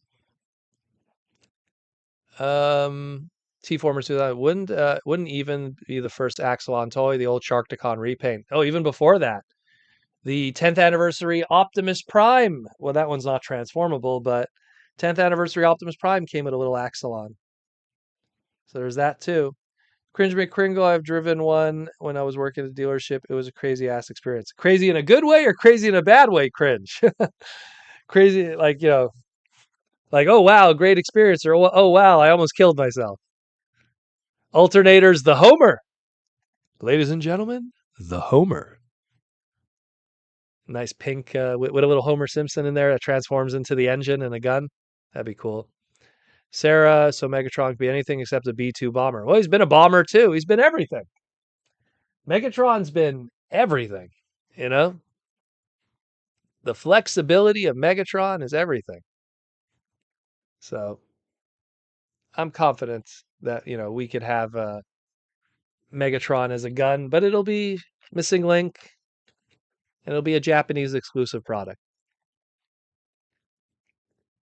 That is the only way you will see a gun Megatron is a new masterpiece or a missing link, or somehow a reissue again of the G1 toy, which missing link kind of is half doing that in a lot of ways. True, the Homer could be the Alita. Grab my Alita. Oh no, mess with it later. Like that's true. You can kind of see that, kind of like distend the bubble in the back for the. I guess we could call it the. God, I'm so tired today. It's been so busy today out with the party. I could see like the separate cockpits. I don't want to call them cabin spaces because they actually separate them like cockpits more than anything. Cringe McCringle crazy in a weird way. A lot of little party features that don't add any value. It's pretty fast though. Well, again, I think that when you fall into electric cars more and more, you kind of have this thing where it's like, oh, now we can have Bluetooth. Now we can have all these other features that track stuff and that keep track of your brakes and keep track of this and keep track of that because now everything's electrical. So, if I looked at the old BMWs back in like the early 90s and how they had a lot of tech stuff on it that even today you don't really see. Like they had the built-in phone with the antenna because it was like a limousine almost they were trying to be at some points, especially the L series BMWs. I think like the not the XL. I think it was the SL 300 SL. But they had the early beginnings of cell phone technology, but in a car, you know. And then yeah. Uh, I say it couldn't show now because of Don Figueroa. Don Figueroa technically doesn't have the exclusive rights to a stealth bomber Megatron when a Generation 2 stealth bomber Megason ATB Megatron existed prior to that. No offense to Don. I love Don, but it's existed before. Wizard Sphere X Megatron can even do triple changers. Yep, 100%. Multiple times. He had multiple different triple changers. Airy Nuts with the $2 super chat. Beast Wars Cryotech when? I am surprised, Airy, that that's not even out yet. I think they're just waiting for a. I think. I think it'll just be like a HasLab, not a HasLab, a Hasbro Pulse item. I don't even think they'll do it for retail. They'll just like be like, hey, Hasbro Pulse exclusive, Hasbro PulseCon Megatron. Because the fact that they didn't do anything with that mold up to this point is quite remarkable. They've done stuff with like video game Gamerverse molds multiple times over. They didn't do anything with a Megatron yet. That's fascinating. James, just some more stuff go wrong if you ask me. I mean, just more stuff to go wrong if you ask me. Well, again, I agree with you slightly in the sense that the more electrical stuff you have on a vehicle, the more there's a chance for issues and stuff that has to be done through the electrical department, which is always way more expensive than even the mechanic department. So, Tom Laney, thanks for a great time, Proto. Enjoy the rest of your weekend. Well, thank you, Tom. Are we done yet? Oh no, we still got 20 minutes. Take care, Tom. Thank you again. I'm a little tired today because just woke up early, did a whole bunch of stuff, did food shopping, went out with the lady, we went out to eat, and then we went to the party, did all of that. Now we're doing the live stream, and then we will call it a night. We will relax. T-Formers 2002, if they do a Cryotech, they gotta re-release Deployer Cryo. That would be an accessory. That would be kind of like the hitch to get it. You know what I mean? It's like we'll have Cryotech, but what's the little extra something something that makes you want to get it now that you already have the Megatron? So like give like take like the Deployer Laserbeak and just like recolor it blue, but it's not Garboil, which is a deep cut for people that don't know who Garboil is. That's one way, I guess, or just do something from the ground up. Why like why? Just like the Generation 1 Prius that blew up. Well, that blew up because of battery reasons, but yeah. And the first generation of any car line, let alone electric, that's going to have growing pains. Yeah, again, Any technology, people are very quick to forget the early trials that are big failures. Let's best example, look at CD based gaming technology that we all celebrate, like your PlayStations. You needed 3DO and Sega CD to fail miserably and lose tons of money in order to succeed and let them learn from the mistakes. You need Sega to make mistakes with color handheld systems so that our color handheld everythings from iPhones to Game Boys and 3DSs, well, Game Boy, original Game Boy wasn't color, but like Game Boy Color to succeed. So it's something that any technology has that. Apollo 11 was when we reached the moon, but no one talks about Apollo 1, 2, 3, 4, 5, and all the animals that were thrown into space just to make sure that stuff would work out. Sarah, what do you say about Transmetal 2 legacy molds? Are you talking with the guy that has 42 of them, 17 legacy, United, and 25 legacy with the wrong wing position? You really like your Dragon Megatron. You need to meet Aaron Archer in person and get them signed. That's what you need to do, sir. Why lag why? From my past experience with Teslas, though, while they look nice, their actually the actual build quality for them wasn't the best. Alrighty, I have to again. I've yet to have one come into a garage, so it's like that's where it's kind of like I'm in this situation where it's like I don't like to judge a car until I've messed with one because it's like people always ask me like what's some of the worst cars, right? From my personal experience, and it's always Volkswagens. Um, Some BMWs, not all, but some BMWs. A lot of Mercedes are trash. You're seeing a trend here. It's a lot of European cars that are not great, but that comes from firsthand experience. But I can't tell you if what haven't I worked on that's more mainstream. I can't tell you if a Volkswagen Beetle is any good. But most Volkswagens that I've worked on, Volkswagen Rabbit, uh, any of the any of those hatchback models of any walk of life, but I've never messed with a Beetle rear engine Volkswagen before, so I don't know if those are any good. Probably a tight space for working on them though, because I know a lot of Porsches that are like that are not easy to work with. But Porsches are decent. The '80s Porsches are pretty good though. Snell's World, Proto. I traded two Studio Series '86 Optimus Primes and two Batmobiles for the USS Flag. It's missing parts, but my Seekers have an aircraft carrier now. Well, let's think about that. So two USS, so two Studio Series '86 Optimuses. So you're talking probably an investment minimum of $200 to $240 right there, and that depends which Batmobiles we're talking about here. So that's an open-ended one. But a USS Flag, if it's in pretty decent shape and pretty complete, you're talking $700, $800. So, assuming those Batmobiles aren't hot toys, I think you came out the winner, my friend. Cringeman Crane, a lot of German cars are trash. VW in particular. Well, VW I think is the bottom of the barrel. If I had to put the bottom, what's the worst cars of all time in terms of like investment in the long term? VW, any Volkswagen, and now when I say any, like the hatches and stuff like that, and Mercedes. Those are the two that I'll put. That is like, ugh, you know. And I maybe a few rungs up will throw in Jaguar somewhere. I worked on a lot of Jaguars. They all have water pump issues. Their engines have a lot of problems. But these are all cars in general. I feel like they're all meant to be driven for like a year or two, and then you give it back to the dealership after your lease is done, and then you let it be someone else's problem. The rich guy buys the Mercedes brand new, drives it for a year, and then gives it back to the dealership before it starts getting problems.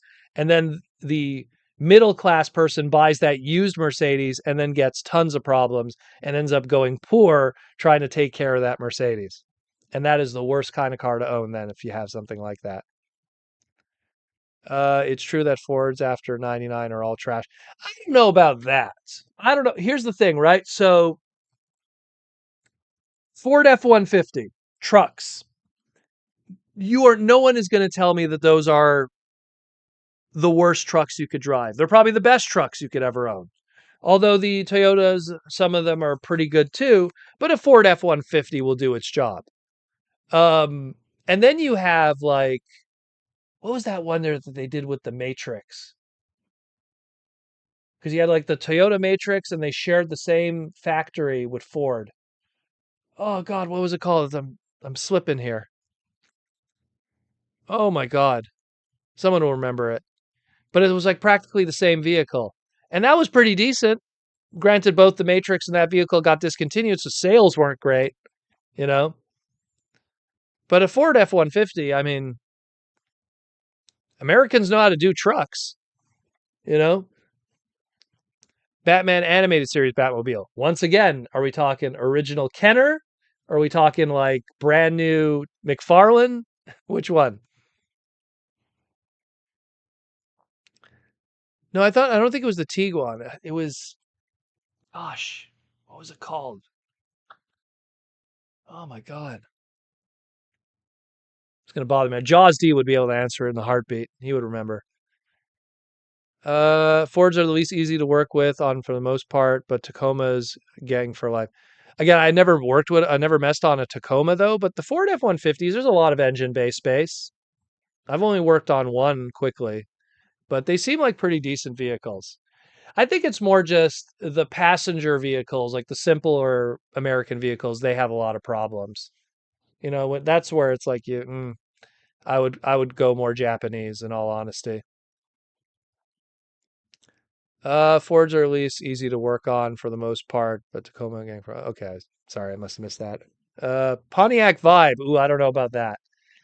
Again, I'm not a big fan personally of the longevity of mid-size to small size American vehicles. I find a lot of times they are not made of the best quality parts and plastics and especially metals. They have to be rust proofed even more diligently because I find that the quality of the metal is more susceptible to rust. I say this and I stand by it. If you don't care about how the car looks or have a loyalty to a brand and you just want to have a great vehicle that'll last 10 to 15 years with no problems if you take care of it, Toyota Corolla, Honda Civic. And I will stand by that until the day I die. They are bullets of cars. They are unstoppable, and you will have them for 10 to 15 years. No joke, you will own four Toyota Corollas in your life or four Honda Civics in your life, and that's all you'll need.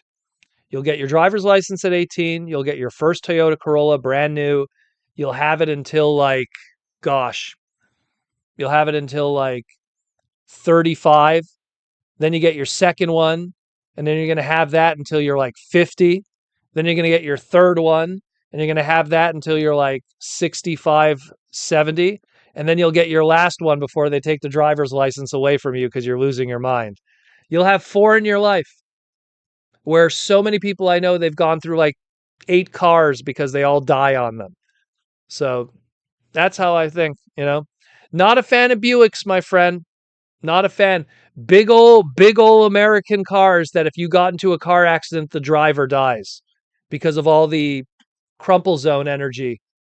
Those are big old vehicles that are gas guzzlers that I'll say one good thing about a Buick. Probably easy to fix things in the engine bay because there's so much space in them. I'll give them that. But too many problems. I've messed on a lot of Buicks, but they are not good cars. There's too many problems. The McFarlane ones. So how much is the investment on those? What are those? Those are like what, $59.99 each for the McFarlane ones? Still sounds like you got out like a bandit. Still sounds like you did good. Um, Timing belt broke. Was it a timing belt or a timing chain? Oh, 2003, probably a timing belt. Yeah, I take that back. Timing chain would have probably been after 2007. It should always be a timing chain. I understand these people that still make timing belts. Gosh, it's like you almost want the car to die. Cringe McCringle, Japanese cars are the best. Honda guy, owned a Civic and an Accord. I I I stand by Japanese cars not as a bias, just as someone who's opened up everything and looking at the thing is I feel that Japanese cars, the reason why they're better, and again, it all goes to business and everything, is because car buyers are not as common in Japan. Public transit is a lot more of a thing over there. They want to make sure in Japan, oh, if you are going to abandon using our amazing railway systems and our amazing public transit systems and actually drive vehicles, we're going to give you the best possible product we could make for you. No planned obsolescence there. And that's why Japanese cars are amazing. Where I just told you, imagine if cars were as strong as Japanese cars. They don't want someone that if they drove cars from the day they turned 18 until the day they died, they only buy 4 vehicles. They want it that you're buying as many as you can, making as much money. Imagine if, like, think about it. Like, I use the example of a fridge. Growing up as a kid, I think before I left my parents's and moved out on my own at like 2027 or so, I think my parents had like 4 different fridges because they all just kept dying one after another over time. And that's just like the reality, or televisions. So technology should be something that's you could rely on. And a car that's very important. It's a vehicle. You could die if it's mismanaged and falls apart on you. And it's how you get to work, and it's how you get your food, and it's how you get your family around. That should be the most well put together and important thing. And yet some companies I find it's just like, I mean, Hyundai, Kia, ugh, you know, they're like a poor man's Honda Civic. Yeah. Low quality, you know, metals. Not a fan either. How expensive is it to repair Hondas typically? You kidding me? Super easy. That's the other beautiful thing. Look, I love, to give you an example, right? I love Nissan, I love Mazda, I love Subaru. All three of those are Japanese cars, but they don't compare to Toyota and Honda because if you have to change an alternator on a Mazda or a Subaru, it's going to cost you 3 times more than a Honda Civic or a Toyota Corolla. You like Hondas, you could probably change the alternator yourself after a YouTube video. Like super cheap. You bring in a Honda to your corner garage to get stuff done, they are smiling and happy because you gave them an easy job. Super easy to change, not like fix stuff, not expensive. The parts are plentiful. Remember, the more popular a car, the more parts are out there. The more parts that are out there, the more commonly and easily it is to get those parts. If they can get the part cheaply and locally, that's good for you. If they have to order it in and the car has to be in the garage for 2 more days, that's on you, sir. You know? So that's the problem. And look, I love Subaru Impreza, but they are expensive to maintain because the parts are not cheap. Great cars, great cars that hold up. But when the day comes when you got to change an alternator, you got to do an oil change, everything is a little more expensive with a Subaru or a Mazda or a Mitsubishi or a Nissan. Less population. Built to last versus built for profit. Well, planned obsolescence. It's a reality. I had a lot of problems with my Nissan Chevy Monza. I've had it for 5 years and the aluminum motor always breaks and overheats. Again, that's why I stand with the Toyotas and the Hondas. They're the best Japanese cars.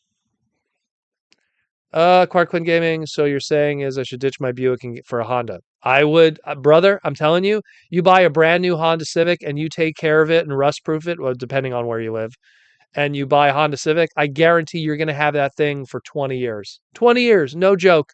No, if you rust proof it, there will be no rust. There will be no problems. Like when my wife started dating me, she had a Toyota Solera, right? Gosh, I think she had that thing for 15 years because now it's under my watchful eye. She had it for 15 years, and I think she would have had it even longer if I got to it sooner because it started to rust because she didn't rust proof it until I got to it. And then she got a Toyota Corolla SE 2019, 2020. I think it's a 2020 model. I think it's the 2020. And that thing we're going to have forever. You know, it's already going on 5 years now. We're going to have that thing for a while. The only thing we ever had to change on it was brakes, but that's maintenance. That's brakes. We change the brakes, swap the tires every so often. That's it. Oil change. That's it. Cringe. Oh, Nissan's gonna be dead in a few years, anyways. You could, yeah. Well, Nissan now has always had problems. It's a shame because they're kind of the first Japanese car company that was successful in the West, but they have a beautiful history. But it is what it is, unfortunately. What about the Ford Fusion? Krillin and Piccolo endorses them. Well, again, it's something that's like I would go Japanese. It's I something about certain American vehicles. It's the choice of metal that they put into them, and I don't want to hear about stabilizer links dying or tire rods not working or your suspension is crap or all of a sudden the frame is weird because you went into a pothole too fast. Like I hear those stories way too often. Engine, excuse me, not engine, a handbrake seizing, you know. Every time I brake, I hear something coming from my rear brake pads. Handbrake seize. So common with American vehicles. Granted, in a place that probably rains a lot too, which adds to that. Also, if someone doesn't rust proof, but that being said. Shockwave 75. What's up, Shockwave? Hondas are reliable. I even had a biker tell me once, he said he wanted a Harley and he said, get a Honda, they're more reliable. And he was riding a Harley. Yeah, you have to understand. Their logic is if you are going to abandon our perfect public transit system, then we're going to give you the best possible product we can. And that's just the Japanese way of thinking. What's the best American vehicle in your opinion? Again, I would go look at trucks. I think Americans have perfected trucks. So if you're talking that, then you're talking, like I said, Ford F-150s and stuff. They know that stuff. That Japan ain't going to do trucks better than America. I will agree with that. What are you using for rust proofing? I go to a place called Metropolitan Rust Proofing here in Montreal, and they use a strong oil-based rust proofing, and I do it every single 12 months. What I suggest to people is before you do your rust proofing, go get your vehicle professionally hand car washed, like a good car wash, not like just the drive-through one where a machine does it. Bring it to a guy, get it to do a good professional car wash, leave it for like a good hour or two to dry, like, really drip dry, and then bring it to your rust proofing guy and do a good professional oil-based rust proofing, and you're good. And the reason why oil base is important as opposed to tar base, oil doesn't stick when it's water. And water is what's going to oxidize you along with salt. So, and the salt mix it with the water, and that's what spreads it even more. Get a good oil-based one, and you're set. And you'll never see rust a day in your life. As long as you take care, well, unless someone dings your door and you don't fix that, then the door is going to get rusted. But, you know, great stuff. Snell World. I love the 80s 300ZX. Well, the 300ZX from the 80s is amazing. That's a twin turbo engine, pop-up headlights, beautiful vehicle. Beautiful. And they did a lot of great commercials. Like look at the 300ZX commercials back in the day in the 80s. They're beautiful. There's even a good toy one. There was a 300ZX commercial with Nissan, with Barbie cheating on Ken with G.I. Joe. Good classic commercial. How often do you rust proof? Every 12 months. With me, every winter season. So Like to give an example, when winter's going to be coming up in December, I change my winter tires. Excuse me, I change my summer tires to winter tires. I go do a car wash, and then I rust proof, and then I'm ready for the winter because we put way too much salt on the ground here in Montreal, and that's a good way to destroy your car. What's your opinion of the Mazda 3? They're okay. I think a lot of times when, and this is just a hot take a little bit, I think when people buy other Japanese sedan brands like a Mazda 3 or like a Nissan Altima or a Mitsubishi Lancer or dare I say a Subaru Forester, I think that they're buying it not being aware that Honda and Toyota are better or they can't afford them, for which is weird because they're not expensive. So I would, unless you really are in love with the Mazda 3, which I don't think you are, um, get a Toyota Corolla, baby. That's what I'm saying. Get a Toyota Corolla. Like if you want a nice, get a Toyota Corolla S type, sport type, chrome finish, and you'll thank me in 40 years. Trust me. Uh, Joseph with the $5 super chat. My BMW i4 electric is great. Love it. Bought it with my TF Ram horn profits. I don't know electric with BMW, so I can't speak of it, unfortunately. The i series has had a long history with BMW. That's usually an i4 electric would be the more sport model, but I don't know electric with BM. I don't mess with those, so I can't speak of it. But BMWs are easy to fix, but expensive to fix. And that's why I don't recommend them to people. And they have a lot of water pump issues. Now, there wouldn't be water pump issues with an electrical one, so I can't speak of it.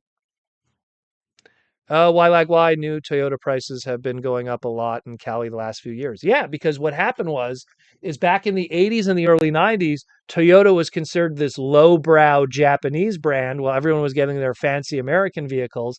And then when people started wising up and realizing, oh, Toyota cars are these amazing investments that you end up having for years and years, and thus they take advantage of that.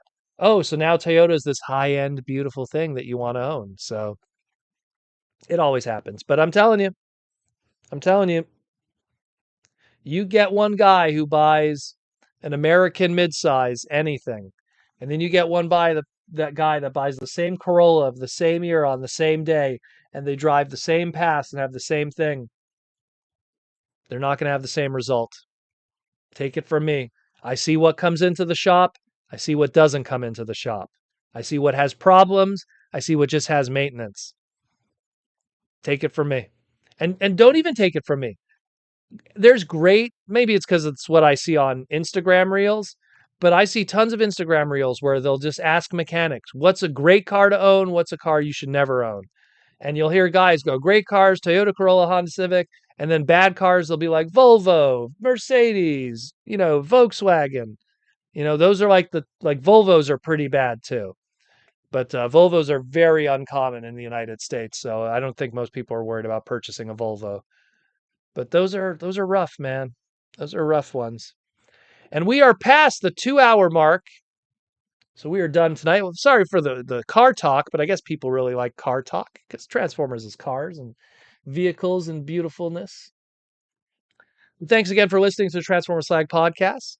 And thank you again for supporting the podcast. If you want to support the podcast even more, we have that Patreon link down below. We got some new patrons just recently that joined us on our Discord and everything like that. So come join us on Patreon, come hang out and all the greatness and all the awesomeness and all the love and support. Be sure to check out Symbiote Studios when they put out their brand new Laserbeak. I hope you enjoyed checking that out with me today. Thank you for the Hot Rod Funko that was sent in the mail from the individual that I don't know if they want to be named or not. And go check out Aaron Archer's stuff too and everything. I'll see you guys next week. We're going to have a Hasbro Pulse fan stream on Tuesday. Not our stream, but their fan stream. Will obviously be reporting it during the week, so be sure to check out that segment. And then Saturday, hold on one second. Would that be our last Saturday before TFCon? Oh no, we still have another Saturday. Okay, we're still a couple of weeks away from TFCon. Want to make sure everyone's good. But we'll talk to you then, people. Take care of yourself. Take care of your friends, your family, your loved ones. It's a beautiful place out there with a lot of cool stuff. And there's a lot of negativity in the world, a lot of war talk, a lot of screaming and moaning and rioting and everything. Trust me. Trust me when I say this. Don't stress over it. It's a drop of urine in the ocean, and you'd still swim in it. I'm out of here. Take care. And as always, roll out.